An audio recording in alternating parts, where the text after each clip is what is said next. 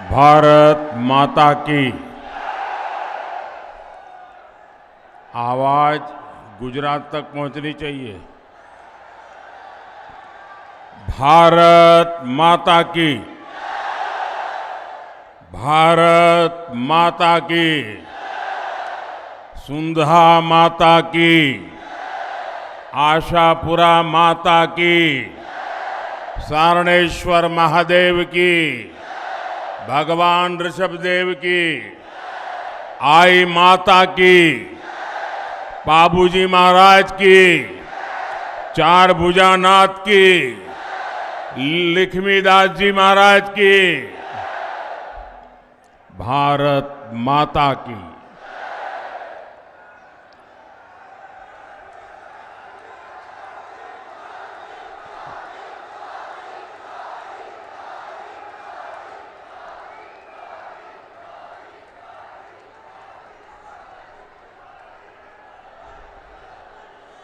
(1857) की क्रांति के समय अंग्रेजों से लोहा लेने वाले योद्धा कुशाल सिंह जी की धरती पर मैं आप सभी का और पूरे राजस्थान को आदरपूर्वक नमन करता हूं, अभिनंदन करता हूं। मैं मेरी बात शुरू करने से पहले आज आपका मैं विशेष रूप से धन्यवाद करना चाहता हूं। देखिए, ये हमारे ओम जी, हम ऐसे लोग हैं जो सालों से संगठन का काम करते थे। कंधे पर थैला लटका के बसों में जाना, पार्टी का काम करना और चुनाव प्रबंधन भी देखते थे। लेकिन कभी चुनाव में कोई हमें कहे कि आपको सभा मिलेगी, बड़े से बड़े नेता की मिलेगी, तो भी हम कहते हैं कि साहब हम तो सभा तो करेंगे, लेकिन सुबह 11 बजे मत दो, देना है तो 2 बजे, 3 बजे, 4 बजे दे दो। 11 बजे संगठन का काम करते समय भी मैं भी, अरे भाई बड़ा मुश्किल हो जाता है, सुबह लोग निकलते नहीं है। लेकिन मैं देख रहा हूं ये पाली की ताकत, पाली के लोगों का प्यार, पाली के कार्यकर्ताओं की मेहनत। सुबह सुबह इतनी बड़ी जनता जनार्दन, एक प्रकार से जनसागर मैं देख रहा हूं।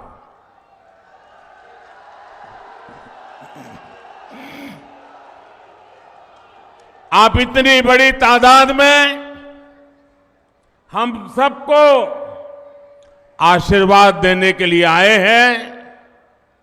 मैं आप सबका हृदय से बहुत बहुत आभार व्यक्त करता हूं।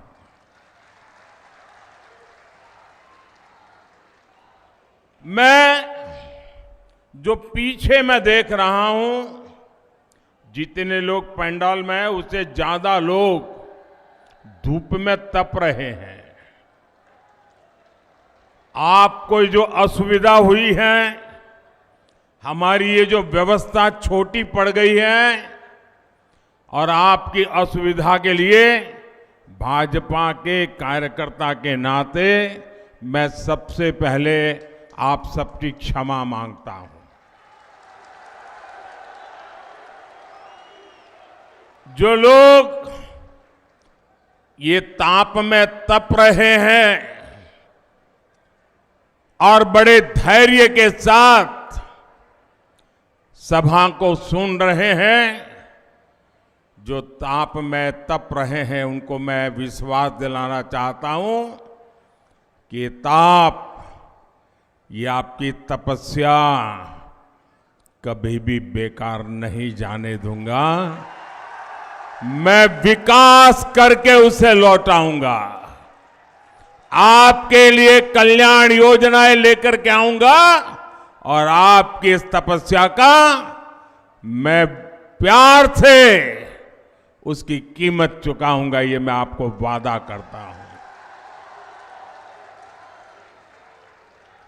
भाइयों बहनों, ये पाली ऐसा है कि जो कभी पाला बदलता ही नहीं है।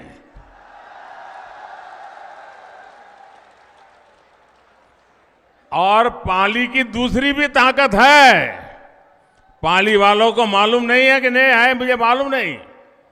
हिंदुस्तान में कहीं भी जाइए और खास करके मेरे गुजरात में जाके देखिए, कोई जिला ऐसा नहीं मिलेगा जो पाली वाला वहां भाजपा का झंडा लेके खड़ा न हो। आप तमिलनाडु में जाके किसी को पूछोगे तो बोले पाली का हूं। वो यहां तो पाला बदलता नहीं है, लेकिन जहां जाता है वहां नई पारी भी खेल लेता है।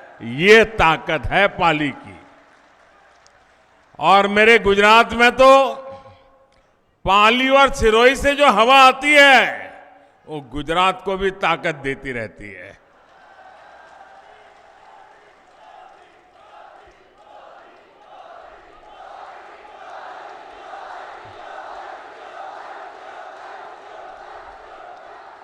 और मैं आज बड़े बड़े विश्वास से दो बात कह रहा हूं। पाली का भाजपा का कार्यकर्ता और सोजत की मेहंदी का रंग ये कभी भी उतरते नहीं है।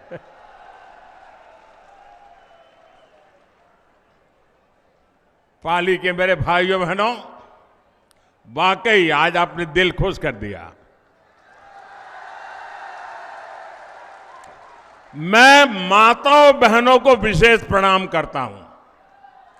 माताओं बहनों को विशेष प्रणाम करता हूं क्योंकि राजस्थान में आमतौर पर माताएं बहनें इस प्रकार से बाहर कभी आती नहीं है। आज इतनी बड़ी तादाद में आई है। इतना ही नहीं, जब खाना पकाने का वक्त है तब वो राजस्थान का भविष्य बनाने के लिए आई हैं। और इसलिए खाना पकाना छोड़ करके राजस्थान का भाग्य बनाना, ये जब मेरी राजस्थान की माताएं बहनें करती है ना, तो राजस्थान का भविष्य उज्जवल है, ये निश्चित हो जाता है। माताओं बहनों को मेरा कोटि कोटि नमन। साथियों, मैं पिछले कुछ दिनों से राजस्थान में जहां जहां गया हूं, राजस्थान के लोगों को जहां जहां मिला हूं, एक स्वर से एक ही आवाज सुनाई दे रही है। हर कोई कह रहा है, जन जन की है यही पुकार, जन जन की है यही पुकार, जन जन की है यही पुकार। मेरे परिवारजनों, आज पूरा देश विकसित होने के लक्ष्य के लिए दिन रात मेहनत कर रहा है। भारत 21वीं सदी में जिस ऊंचाई पर होगा, उसमें राजस्थान की भूमिका बहुत बड़ी होगी, अवश्य होगी। और इसलिए राजस्थान में ऐसी सरकार जरूरी है जो राजस्थान के विकास को सर्वोच्च प्राथमिकता दे। दुर्भाग्य से पिछले 5 साल राजस्थान में जो कांग्रेस सरकार रही, उसने अपने लोगों को विकास में और पीछे धकेल दिया। यहां की कांग्रेस सरकार के लिए भ्रष्टाचार से बड़ा कुछ भी नहीं है। यहां की कांग्रेस के लिए परिवारवाद ही सब कुछ है। यहां की कांग्रेस सरकार तुष्टीकरण के अलावा कुछ नहीं सोचती। तुष्टीकरण की राजनीति का असर क्या होता है, इसको राजस्थान ने बीते 5 वर्षों में झेला है। कांग्रेस ने राजस्थान को दंगों में झोंक दिया। दंगों और आतंक की मानसिकता रखने वालों के हौसले बुलंद हो गए। सौहार्द की इस धरा पर ऐसी ऐसी घटनाएं हुई जिनके बारे में कभी कल्पना भी हम नहीं कर सकते थे। ऐसी विकृत मानसिकता वाली कांग्रेस को अच्छे से सबक सिखाना जरूरी है। सिखाओगे? सिर्फ पाली में ही सिखाओगे कि औरों को भी बताओगे? मेरे परिवारजनों, कांग्रेस और उसके घमंडिया गठबंधन की ये पहली हरकत नहीं है। सनातन को लेकर इन्होंने क्या क्या कहा है, ये पूरे देश ने देखा है। मेरी माताएं बहनों ने तो बहुत आक्रोश व्यक्त किया है। कांग्रेस और उसके साथी सनातन को खत्म करने का ऐलान कर रहे हैं, और सनातन को खत्म करने का मतलब है राजस्थान की संस्कृति को खत्म करना। क्या ये करने देंगे आप? ये करने देंगे? ये कांग्रेस के कारनामे चलने देंगे? एक घमंडिया गठबंधन के करतूत मान्य करेंगे? साथियों, हम सब तो भली भांति जानते हैं, यहां जालोर जिले में कानीवाड़ा में हनुमान जी का प्राचीन मंदिर है। उस हनुमान जी के प्राचीन मंदिर में पीढ़ियों से दलित समाज के ही पुजारी होते हैं, भगवान की पूजा करते हैं और सब लोग जाकर के वहां आशीर्वाद लेते हैं, प्रसाद आरोग्य करते हैं। ऐसी प्रेरणादायी भूमि पर कांग्रेस के संरक्षण में दलितों को निशाना बनाया जा रहा है। आप देखिए, महिलाओं और दलितों को लेकर ये कैसी कैसी भाषा का उपयोग कर रहे हैं। कुछ दिन पहले ही बिहार में घमंडिया गठबंधन के एक नेता, वो वहां के मुख्यमंत्री हैं, उन्होंने दलित समाज के एक पूर्व मुख्यमंत्री के लिए ऐसी अभद्र भाषा बोली, ऐसी अभद्र भाषा बोली, कोई सामान्य नागरिक भी बातचीत में भी ऐसा नहीं बोल सकता। वो विधानसभा के फ्लोर पर बोल रहे थे। यह है घमंडिया गठबंधन। क्यों गालियां दी? क्योंकि वो पूर्व मुख्यमंत्री अति पिछड़े दलित परिवार से आते हैं, इसलिए उनकी बेइज्जती करने में उनको आनंद आता है। उन्होंने तो पाप किया, लेकिन कांग्रेस के एक भी नेता उसके मुंह से ये गलत हुआ है, ऐसा नहीं होना चाहिए, ये बताने का भी विवेक नहीं है। दलितों के खिलाफ अत्याचार करने वालों को देखकर कांग्रेस आंखों पर पट्टी बांध लेती है। यहां राजस्थान में 5 वर्ष तक दलित परिवारों के साथ हुए अत्याचार पर कांग्रेस ने यही किया है। साथियों, जब से महिलाओं को आरक्षण देने वाला कानून नारी शक्ति वंदन अधिनियम पारित हुआ है, तब से इन्होंने महिलाओं के विरुद्ध अभद्र अभियान छेड़ दिया है। घमंडिया गठबंधन के नेताओं ने कैसी कैसी आपत्तिजनक टिप्पणियां हमारी माताओं बहनों के लिए की है। बिहार के मुख्यमंत्री ने तो विधानसभाओं में महिलाओं के प्रति घोर अपमानजनक शब्दों का प्रयोग किया है। लेकिन मजाल है कि कांग्रेस के किसी भी नेता ने कोई आवाज उठाई हो।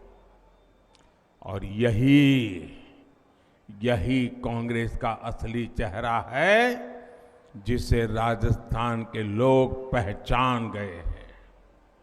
साथियों, महिला विरोधी कांग्रेस कभी महिलाओं का कल्याण नहीं कर सकती, कभी महिलाओं की सुरक्षा नहीं कर सकती। कांग्रेस ने राजस्थान को महिलाओं के खिलाफ अपराध में नंबर 1 बना दिया है। यहां मुख्यमंत्री कहते हैं कि राजस्थान की बहनों बेटियों ने पुलिस थाने में जाकर के उन पर जो अत्याचार हुए, जुल्म हुए, उसकी जो शिकायतें, फरियाद दर्ज की हैं, यहां के मुख्यमंत्री कहते हैं कि ये सारी शिकायतें फर्जी है। क्या कोई मां बहन ऐसी फर्जी शिकायत करे, ऐसा हमारे देश में कभी हो सकता है क्या? आप मुझे बताइए, हो सकता है क्या? कभी कोई महिला, हमारे देश की माताएं बहनें तो ऐसी हैं, थोड़ा सा भी उनके साथ किसी ने बदतमीज की हो तो चुपचाप वहां से चुपचाप चली जाती है। वो सोचती है कि वो बुरा आदमी है, वो अपने घर जाए, मैं अपने काम पे चली जाती हूं। वो कभी झूठ बोलने का तो सोचती भी नहीं है। और जब पुलिस थाने में जाकर के उस पर हुए अत्याचार की बात लिखवाती है, तो कुछ तो सच होगा कि नहीं होगा भाई? होगा कि नहीं होगा? अरे मुख्यमंत्री ये कहे कि भाई हम जांच करवाएंगे, वे तो मुख्यमंत्री सर्टिफिकेट देते हैं कि महिलाएं आजकल फर्जी चीजें लिखवा देती हैं। क्या ये महिलाओं का अपमान है कि नहीं है? ऐसे ही जवाब देते हैं क्या? ये महिलाओं का अपमान है कि नहीं है? ये महिलाओं का अपमान है कि नहीं है? ये महिलाओं का अपमान है कि नहीं है? ये अपमान करने वाली सरकार जानी चाहिए कि नहीं जानी चाहिए? पूरे राजस्थान से जानी चाहिए कि नहीं जानी चाहिए? इतना ही नहीं, ये मुख्यमंत्री का सबसे करीबी मंत्री विधानसभा में इस अत्याचार को ये कहकर के उचित ठहराता है कि राजस्थान तो मर्दों का प्रदेश है। क्या मर्द इसलिए मर्द कहलाते हैं कि इस प्रकार से पाप करते हैं? ये मर्दों का अपमान है कि नहीं है? ये मर्दों का अपमान है कि नहीं है? अरे राजस्थान के मर्द बहन बेटियों की इज्जत के लिए अपना सर कटवा सकते हैं। ये मर्द होते हैं राजस्थान। और तुम्हारे मंत्री खुलेआम कह दे कि तुम मर्दों का प्रदेश है, तो फिर महिलाओं के साथ आपको शोभा देता है क्या? और इतना ही नहीं, उस मंत्री के पास शायद कई लाल डायरिया छिपी हुई है, इसलिए ऐसे मंत्री को भी टिकट दे दिया। इसका मतलब ये हुआ कि महिलाओं पर अत्याचार और जुल्म करने वालों को कांग्रेस की दिल्ली सरकार भी, कांग्रेस के दिल्ली के कारनामे करने वाले लोग भी, कांग्रेस के दिल्ली में बैठे हुए सारे बाजीगर भी ये जादूगर की हर बात मानने लग गए हैं। और इसलिए कांग्रेस और इसके घमंडिया साथियों की मानसिकता एक जैसी है, महिला विरोधी है। मैं राजस्थान की हर बहन बेटी को कहूंगा, आपको राजस्थान से कांग्रेस को साफ करने के बाद ही चैन से बैठना है। कांग्रेस के लोग सिर्फ एक परिवार के बारे में सोचते हैं। भाजपा के लिए आप सब ही हमारा परिवार है। भाजपा का निरंतर प्रयास है कि हर परिवार की बचत को कैसे बढ़ाया जाए। आप याद कीजिए, कांग्रेस की सरकार जब थी तब 2 लाख रुपए तक की इनकम पर भी टैक्स लगता था। यहाँ के लोग तो बराबर व्यापार दुनिया से जुड़े हुए हैं। 2 लाख रुपए पर टैक्स लगता था कि नहीं लगता था? जरा जवाब दीजिए, याद कीजिए। कांग्रेस के जमाने में 2 लाख रुपया पर टैक्स लगता था कि नहीं लगता था? ये मोदी के आने के बाद 7 लाख रुपये तक एक नया पैसा टैक्स नहीं लगता है। मेरे मध्यम वर्ग के पैसे बचते हैं। 2014 में सरकार बनने के बाद भाजपा ने डायरेक्ट टैक्स में जो कमी की है, उसकी वजह से मध्यम वर्ग के जेब में 2.5 लाख करोड़ रुपए बचे हैं।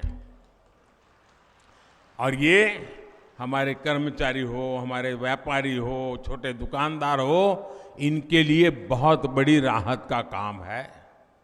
साथियों, ये केंद्र की भाजपा के सरकार की नीतियां हैं, जिसकी वजह से आज आपके मोबाइल का बिल भी कम आ रहा है। कभी आपको मालूम है पहले मोबाइल का कितना बिल देते थे आप? सब भूल गए। अब ये भूल जाओगे तो कैसे चलेगा भाई? जरा पुराना हिसाब किताब निकाल दीजिए। 2014 के पहले आपके पास अगर मोबाइल फोन था तो मोबाइल का बिल कितना आता था वो जरा देख लीजिए। कांग्रेस सरकार के समय में आप जितना मोबाइल डेटा खर्च करते थे, आज अगर डेटा की कीमत वही होती, 2014 में जो दाम देने पड़ते थे, आज अगर वही होता ना, तो हर महीने सिर्फ मोबाइल खर्च में आपको 5,000 रुपये अधिक खर्च करना पड़ता। अभी आपका हर महीने 5,000 रुपया बचा कि नहीं बचा? जरा जोर से बोलो ना, पैसा बचा यार, मारवाड़ी हो। 5,000 रुपया बचा कि नहीं बचा? आज एक घर में 3 या 4 मोबाइल होते हैं तो कितना रुपया बचा? कितना रुपया बचा? ये मोदी का काम करने का तरीका है। अनेक परिवार है। अब आप देखिए कि मध्यम वर्ग का परिवार हो, कोई गरीबी से लड़कर के बाहर आया हुआ नया नया मध्यम वर्ग में आया है, लेकिन परिवार में बुजुर्ग माँ बाप हो और मान लीजिए एक डायबिटीज जैसी बीमारी आ गई, तो उसको हर महीने जो दवाई लेनी पड़ती है ना, 1,000-2,000 रुपया का अतिरिक्त खर्चा हो जाता है। होता है कि नहीं होता है?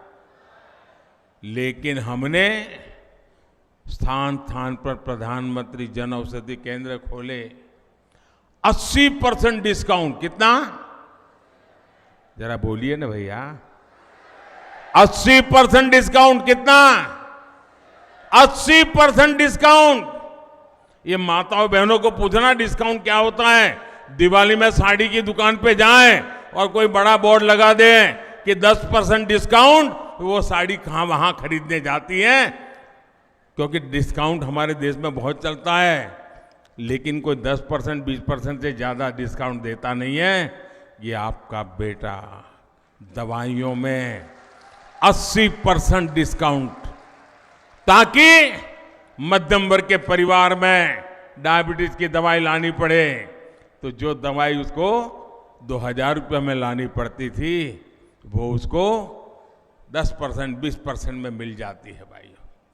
उसका 80% पैसा बच जाता है।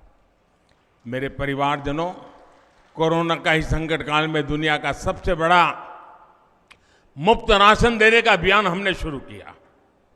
आप जानते हैं कितनी भयंकर बीमारी आई थी, मौत मंडरा रहा था। दुनिया भर में अस्पतालों से खबरें, मतलब डेड बॉडी के ढेर दिखाई देते थे। पूरे देश चारों तरफ मौत का आतंक छाया हुआ था कि नहीं था? कोविड ने डरा दिया था कि नहीं डरा दिया था? कब घर में मौत आकर के दरवाजे पर खटखटाएगी, डर लगता था कि नहीं लगता था? बेटा भी मां की सेवा के लिए उसके कमरे में नहीं जा पाता था, मां भी बेटे की सेवा नहीं कर पाती थी। हर किसी को लगता था कहीं कोरोना हो जाए। और उस समय बाहर भी सारा काम बंद हो गया था, लोग भी अपने अपने घर वापस चले आए थे।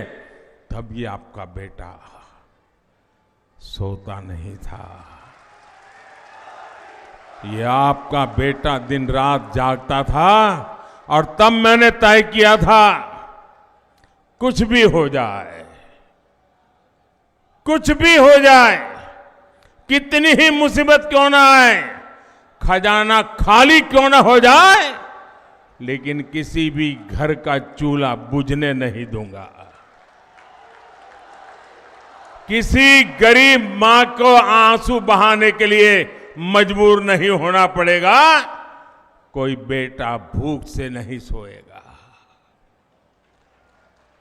मुझे बताइए, हम तो राजस्थान के लोग हैं, पानी की एक प्याऊ भी कर देना तो भी लोग कहते हैं पुण्य का काम किया। कहते कि नहीं कहते? आज भी लाखा बंजारा को याद करते हैं कि नहीं करते हैं? और किसी को थाली भर दें, संकट के समय भी उसको मुफ्त में खाना मिल जाए तो आशीर्वाद देता है कि नहीं देता है? आशीर्वाद देता है कि नहीं देता है? पुण्य मिलता है कि नहीं मिलता है? ये काम पुण्य का किया है कि नहीं किया है? ये पुण्य किसको मिलता है?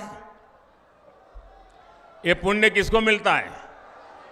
ये पुण्य किसको मिलता है? ये पुण्य किसको मिलता है?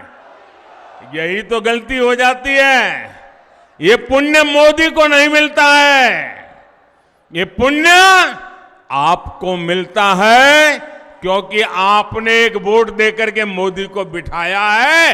ये वोट देने का पुण्य आपने किया है, इसलिए पुण्य आप कमा रहे हैं। ये पुण्य जो जमा हो रहा है ना आपका, वो एक वोट की ताकत है जिसके कारण पुण्य जमा हो रहा है। आज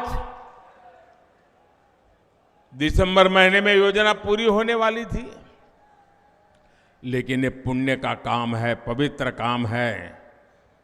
हर किसी की थाली में रोटी पहुंचाने का काम है।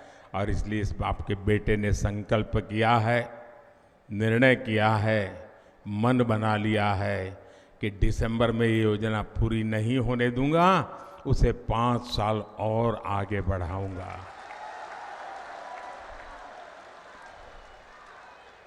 लेकिन कांग्रेस के भ्रष्ट लोगों ने इसमें भी भ्रष्टाचार का मौका खोज लिया। मेरे परिवारजनों, राजस्थान सरकार की लूट का एक और उदाहरण पेट्रोल की कीमत है। आप देखिए, राजस्थान के अड़ोस पड़ोस के राज्य, राजस्थान का पड़ोसी यूपी है, राजस्थान का पड़ोसी हरियाणा है, राजस्थान का पड़ोसी गुजरात है, वहां भाजपा की सरकारें हैं। वहां पेट्रोल 97 रुपये प्रति लीटर मिलता है, 97। लेकिन कांग्रेस की राजस्थान सरकार गुजरात, उत्तर प्रदेश, हरियाणा से 12-13 रुपया पेट्रोल एक लीटर का ज्यादा लेती है, महंगा पेट्रोल बेचती है और कट की कंपनी चलाती है। और इसके कारण राजस्थान में लगातार कीमतें बढ़ रही है।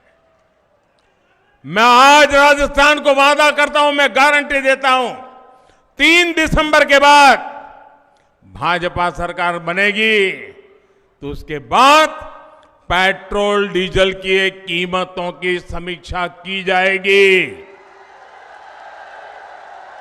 इससे गरीब और मिडिल क्लास परिवारों को बहुत राहत मिलेगी। मेरे परिवारजनों, जहां जहां भाजपा की डबल इंजन सरकार है, वहां वहां केंद्र की हर योजना तेजी से जमीन पर उतरती है, या फिर भाजपा की राज्य सरकारें अपना भी कुछ उसमें जोड़ करके देती है।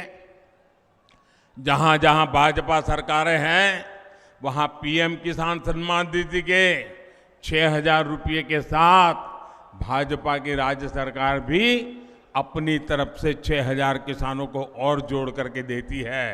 अब मैं राजस्थान भाजपा के नेताओं को बधाई देता हूं।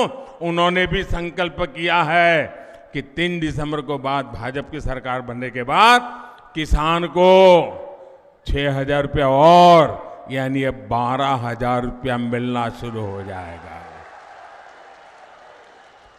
लेकिन भाइयों बहनों, किसान विरोधी, गरीब विरोधी कांग्रेस सरकार आपके हित में ऐसा कोई फैसला ले ही नहीं सकती है। एक और उदाहरण मैं देता हूं, गरीबों को पक्का आवास देने की योजना। लेकिन राजस्थान में हम पूरी कोशिश के बाद भी अभी तक लगभग 20 लाख गरीब बना पाए हैं। यहां पाली जिले के गांवों में भी 35,000 से अधिक घर बने हैं। इनकी संख्या बहुत ज्यादा हो सकती थी, लेकिन राजस्थान की गरीब विरोधी सरकार ने गरीबों के घर बनाने में लगातार अड़चनें लगाई। और मुझे भी हेलीपैड पर कार्यकर्ता मिले, वो बजा रहे थे कि जब भी रजिस्ट्री होती थी तो राजस्थान की सरकार ऑनलाइन को सब बंद कर देती थी, ऑफलाइन कर देती थी, और बोले हमारा रजिस्ट्री नहीं होती थी, ऐसा पाप करते थे। ये गरीब विरोधी कैसी मानसिकता है। भाइयों बहनों, आप मेरा एक काम करेंगे आपके गांव में, आपके शहर में, किसी भी मोहल्ले में कोई फुटपाथ पर रहता है, कोई झुग्गी झोपड़ी में रहता है, कोई कच्चे टूटे फूटे मकान में रहता है, उसको बता देना कि मोदी जी पाली आए थे और मोदी जी ने कहा है कि 3 दिसंबर को बीजेपी की सरकार बनने के बाद ये गरीबों को पक्का घर देने का काम फिर से चालू होगा और उनका घर भी बन जाएगा। ये काम करोगे? जाकर के बताओगे? ये मोदी की गारंटी है, बताओगे? साथियों, राजस्थान में हर घर नल से जल पहुंचाने के अभियान को भी कांग्रेस ने लूटने का काम किया है। हरियाणा और गुजरात में भाजपा सरकारों ने 100% घरों तक नल से जल पहुंचाया है, लेकिन राजस्थान में अभी तक आधी आबादी तक भी पानी पहुंचा नहीं है। माताओं बहनों से उनकी क्या दुश्मनी है मुझे समझ नहीं आ रहा है, वरना सबसे पहला काम कोई पानी पहुंचाने का करता और तब मेरी माताएं बहनें इतना आशीर्वाद देती, लेकिन उन्होंने नहीं किया तो नहीं, होने भी नहीं दिया। मैं दिल्ली से नल के लिए पैसा भेजता हूं, पाइप के लिए पैसा भेजता हूं, और यहां कांग्रेस ही कागजों पर नल लगाते हैं और पैसे डकार कर जाते हैं। राजस्थान को पानी की समस्याओं मुक्त करने के लिए कांग्रेस ने भी, अगर आपको पानी चाहिए तो आपको ये काम करना पड़ेगा, करोगे? अगर आपको पानी चाहिए तो कांग्रेस से मुक्ति पानी होगी। मेरे परिवारजनों, मैंने सुना है कि यहां खुद को जादूगर कहने वाले सीएम अपनी हार से इतना बौखला गए कि उन्होंने मीडिया को भी धमकाना शुरू कर दिया है। पता नहीं ये डरते कि नहीं डरते मुझे मालूम नहीं, लेकिन धमकाना शुरू कर दिया है। लेकिन लोग बताते हैं कि लाल डायरी के पन्नों और गणपति प्लाजा के लॉकरों से निकलते माल की खबरों पर यहां अघोषित प्रतिबंध लग गया है। छप ही नहीं रहा है, टीवी पे नहीं आ रहा है। अचानक क्या हो गया भाई? मीडिया को दबा करके इनसे झूठी खबरें लेकर जुड़ी जो खबरें हैं वो छापो मत, और झूठी खबरें छापो, ये खेल कर रहे हैं गहलोत जी। अरे जिनकी नैया को जनता ने डुबाने का ठान लिया है, वो कांग्रेस पैसे देकर अखबारों में फर्जी लहर चलवा रही है। और जादूगर साहब, आपका जादू आपकी काली कमाई के सच को दबा नहीं सकता है, ये पाप से आपको बचा नहीं सकता है। जिन युवाओं का भविष्य पेपर लीक करके बेचा गया है, उस पर यह जादू नहीं चलेगा।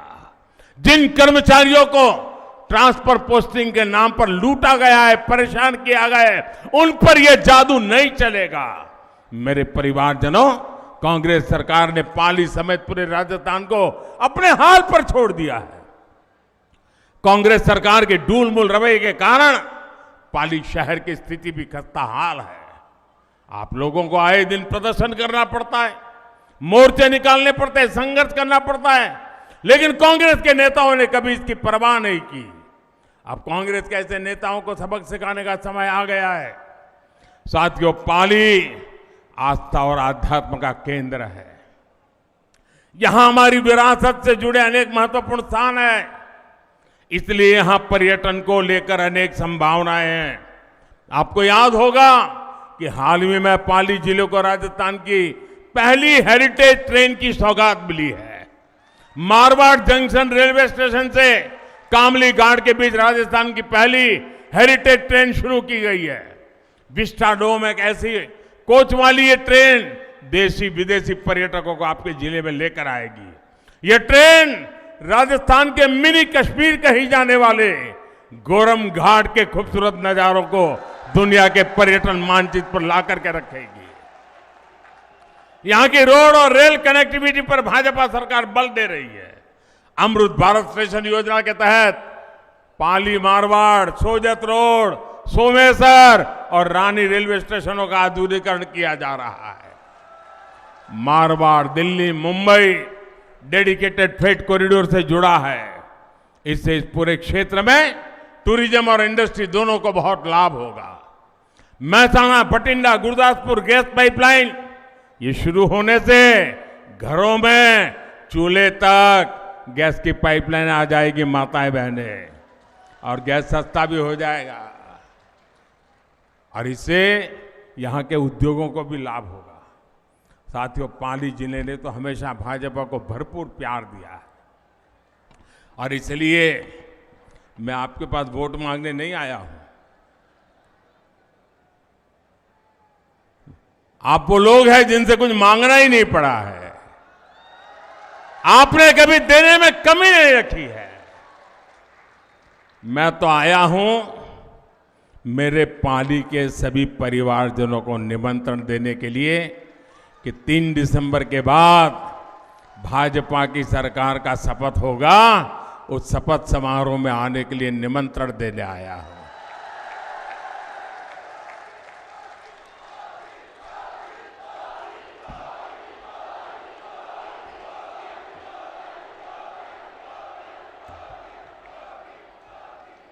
अच्छा, मैं एक संकल्प लूंगा और आपको दोहराना होगा। दोहराओगे? आपको बोलना होगा, कमल चुनेगा राजस्थान। क्या बोलना है? क्या बोलना है? जरा दोनों हाथ ऊपर करके मुट्ठी बंद करके बोलते रहना है आपको। बोलेंगे? पूरी ताकत से बोलेंगे, दोनों हाथ ऊपर करके, पीछे जो खड़े हैं वो भी। तो मैं शुरू करता हूं। बंद करो तुष्टीकरण की दुकान, बंद करो तुष्टीकरण की दुकान, दंगाइयों का काम तमाम, भ्रष्टाचार पर लगे लगाम, पेपर माफिया की मिटे नामो निशान, बहन बेटियों का बढ़ेगा मान। आपकी हिम्मत और हौसला देख करके मुझे पक्का लगता है कि हर कोने से कांग्रेस गई। अच्छा, मेरा एक काम करोगे? मेरा एक काम करोगे? ऐसे नहीं, जरा जोर से बोलो तो बताऊं मैं। हाँ? करोगे? चुनाव वाला काम नहीं है, फिर भी करोगे? ये चुनावी क्षेत्र वाला कोई कुछ नहीं है, सीधा सीधा काम है, करोगे? मेरा पर्सनल काम है, करोगे? पक्का करोगे? अच्छा, तो एक काम करना, घर घर जाना, हर परिवार को कहना कि अपने मोदी जी पाली आए थे और अपने मोदी जी ने आपको राम राम कहा है। ये मेरा राम राम पहुंचा दोगे? हर घर में मेरा प्रणाम पहुंचा दोगे? हर घर में मेरा नमस्ते पहुंचा दोगे? जब आप हर परिवार में मेरा राम राम पहुंचाओगे ना, मेरा प्रणाम पहुंचाओगे ना, मेरा नमस्ते कहोगे ना, तो वो पूरा परिवार मुझे आशीर्वाद देगा, पूरा परिवार मुझे आशीर्वाद देगा। और जब आशीर्वाद मिलते हैं ना, तो मुझे एक नई औषधि मिल जाती है। जब आशीर्वाद मिलते हैं तो मुझे नई ऊर्जा मिल जाती है। अगर आशीर्वाद मिलते हैं तो आपकी आकांक्षाएं पूरी करने की ताकत आ जाती है। जब आशीर्वाद मिलते हैं तो दिन रात दौड़ने का हौसला बुलंद हो जाता है। और इसलिए हर परिवार में जाना होगा, राम राम कहना होगा। कहेंगे? कहेंगे? बोलो भारत माता की, भारत माता की, भारत माता की। बहुत बहुत धन्यवाद।